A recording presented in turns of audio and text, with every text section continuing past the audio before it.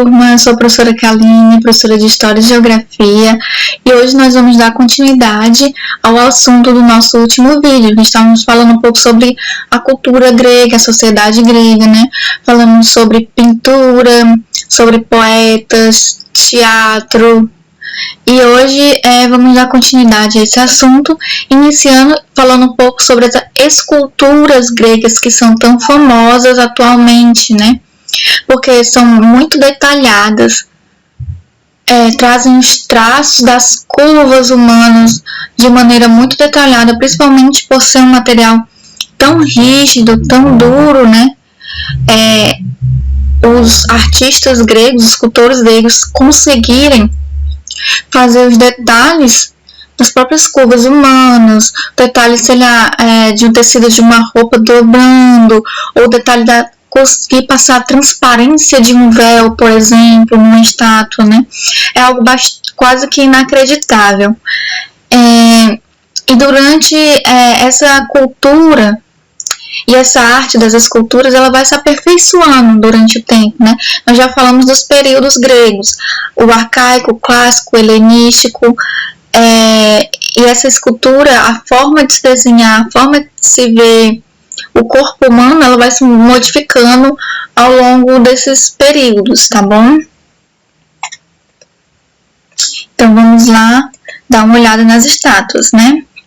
Então, nós vamos ter alguns escultores muito famosos na Grécia Antiga. Gente, detalhe, para se fazer uma escultura, era um trabalho manual bastante árduo, bastante grande.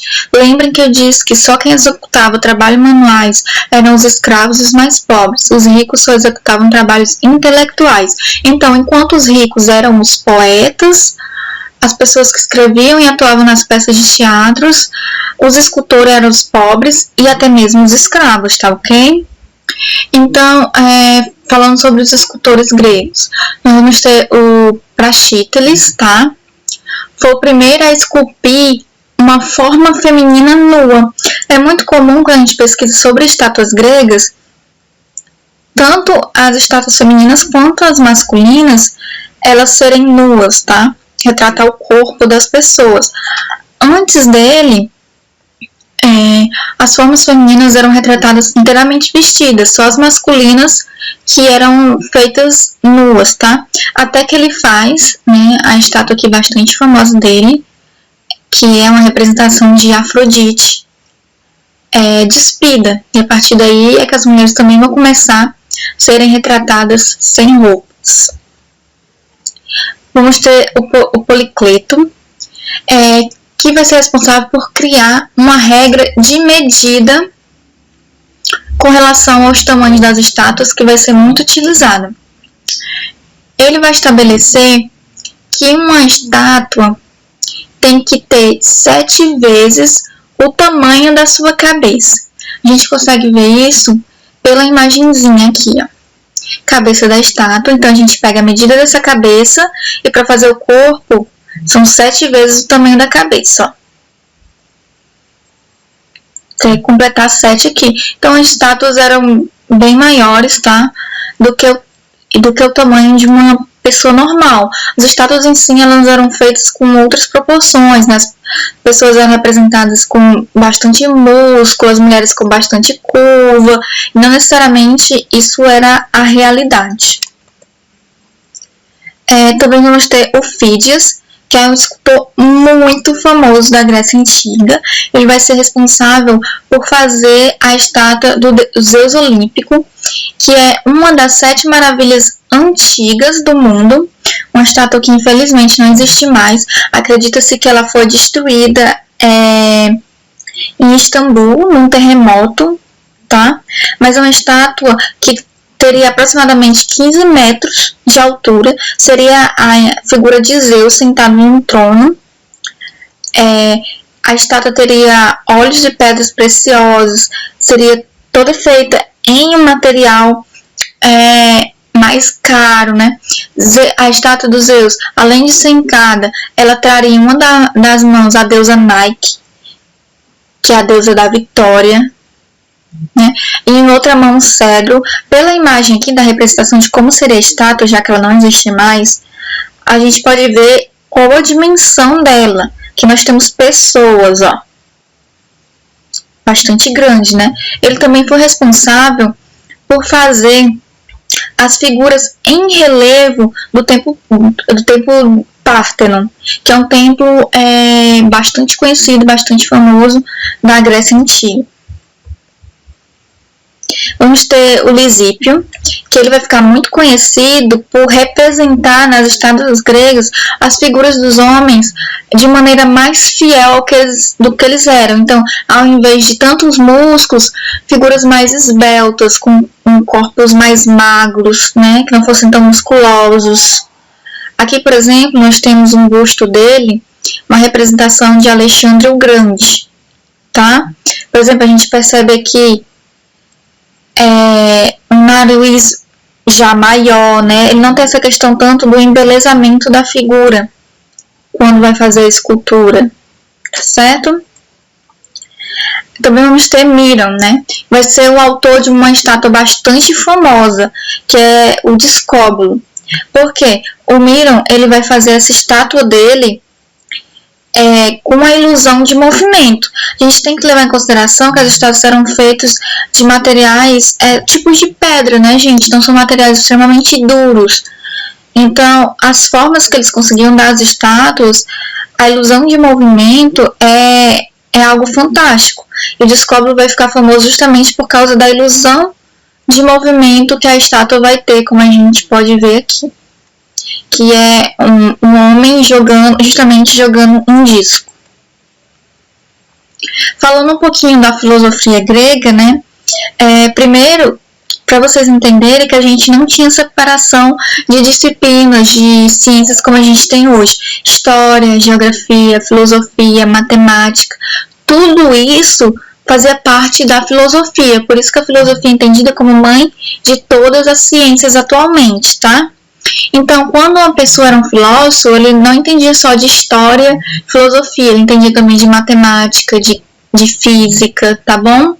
Então, a gente vai ter grandes pensadores da Grécia Antiga que seus pensamentos ainda são estudados e são importantes até hoje. Dentro do campo da filosofia, por exemplo, Sócrates, Platão e Aristóteles são bem famosos, tá? E falando um pouquinho sobre eles, né? O Sócrates, ele vai ser um filósofo muito famoso, estudado até os dias de hoje, que não deixou nenhum registro escrito, né, de sua obra, de seu pensamento. Tudo que dele se sabe foi escrito e foi citado pelo seu discípulo, um aluno dele, chamado Platão, né? Ele vai ficar muito famoso pela frase "só sei que nada sei". O que significa basicamente que ele queria dizer com isso? Que o ser humano nunca sabe tudo, nunca sabe sobre todos os assuntos, sempre pode aprender mais, sempre pode ser prendado, especialista em algo, mas em outra coisa não, tá? Então o ser humano nunca sabe de tudo. Esse é basicamente o que Sócrates deixou, né? E o Sócrates, ele vai ser condenado à morte na Grécia Antiga, em que ele vai ser intimado a tomar um veneno, justamente por causa dos pensamentos que ele difundia, que o governo vai achar que ele vai estar desvirtuando os jovens das crenças gregas que deveriam ser seguidas com seus pensamentos, né? Então ele acaba morrendo assim, vai ser sentenciado à morte pelo próprio governo. Vamos ter o discípulo de Sócrates, Platão, tá? Vai ficar famoso porque ele vai escrever uma grande quantidade de livros, em que alguns deles chegaram aos dias de hoje e são lidos e estudados até atualmente. Ele falava de temáticas diversas: medicina, política, religião, arte, justiça. Os livros dele são interessantes por serem em forma de diálogo, não em forma corrida. Geralmente nós vamos ter personagens dialogando e filosofando sobre um assunto entre si, tá? Então a marca registrada do Platão é essa. E nós vamos ter Aristóteles, que foi aluno do Platão. É um outro filósofo bastante conhecido e bastante estudado até os dias de hoje. Foi professor, inclusive, de Alexandre o Grande, que a gente já falou um pouquinho sobre Alexandre o Grande nas aulas e nos vídeos passados, tá?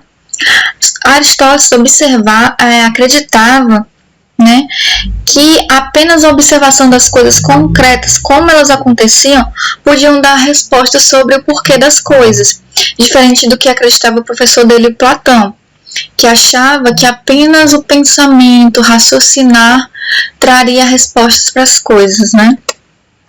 Vamos ter também entre os filósofos Pitágoras, né, que foi um astrônomo, matemático, músico, filósofo muito conhecido. Atualmente, o Pitágoras ainda é bastante conhecido por conta da sua contribuição para a matemática, tá? Com o Teorema de Pitágoras, que trouxe até uma imagenzinha aqui, um cálculo para se achar, então, as laterais de uma pirâmide, né? Que é muito utilizado na matemática atualmente. Vamos ter também a figura do Tales de Mileto. Foi um comerciante bastante rico, que viajou bastante pelo mundo, tá? E se encantou com a matemática egípcia, até ele mesmo desenvolver fórmulas matemáticas, né? Ele vai desenvolver o Teorema de Tales, que vai possibilitar o cálculo do comprimento da pirâmide, né? E também ele vai acreditar que a origem da vida, do universo, das pessoas, dos animais, está ligada a um elemento que é o elemento água, que a gente tem a fórmula do Teorema de Tales. Vamos ter também Hipócrates, tá? Ele vai ser bastante conhecido como o pai da medicina, justamente porque ele vai entender que as doenças não aconteciam porque os deuses mandavam as doenças, mas que estava algo mais relacionado com o nosso sistema, com o nosso corpo, e que era necessário observar os estágios de uma doença para se entender como a doença funcionava e tratá-la, né? Ele acreditava que existia um período da doença sempre em que ela ia se agravar para que só após o paciente ficasse curado dela, tá? Vamos ter também Anaximandro. Foi um aluno de Tales de Mileto, né? Tanto que ele é chamado de Anaximandro de Mileto. Lembrando que Mileto era uma cidade da Grécia Antiga, tá bom? Quando eu falo Tales de Mileto, quer dizer que o filósofo Tales era nascido na cidade de Mileto. E o intuito dele era entender a origem do universo, tá? Para ele, então ele vai dizer que existia uma substância indecifrável e infinita, que era diferente de tudo que a gente tinha, que teria dado origem ao universo e assim as pessoas como elas existiam. E vamos ter também Heródoto, né, que vai ficar muito conhecido por ser o pai da história, o inventor da história como nós conhecemos hoje, tá? Ele estudava e anotava a história do seu tempo, né? E por causa dele, muitas coisas que aconteceram na Grécia Antiga são conhecidas. Como, por exemplo, ele escreveu sobre as guerras médicas, né? Guerras entre os gregos e os persas. E nós vamos ter a figura de Tucídides, tá? Também um outro historiador bastante importante, que foi responsável por retratar as guerras do Peloponeso.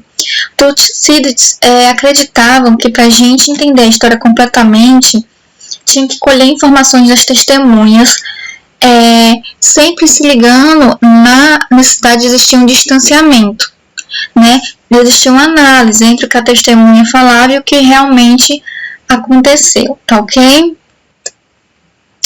Então, gente, esse aqui foi o nosso último videozinho sobre o assunto de Grécia e eu espero ter ajudado vocês a entenderem mais um pouco sobre essa cultura tão rica, né, que se formou a partir desse povo, que era o povo heleno da Grécia Antiga. E até mais.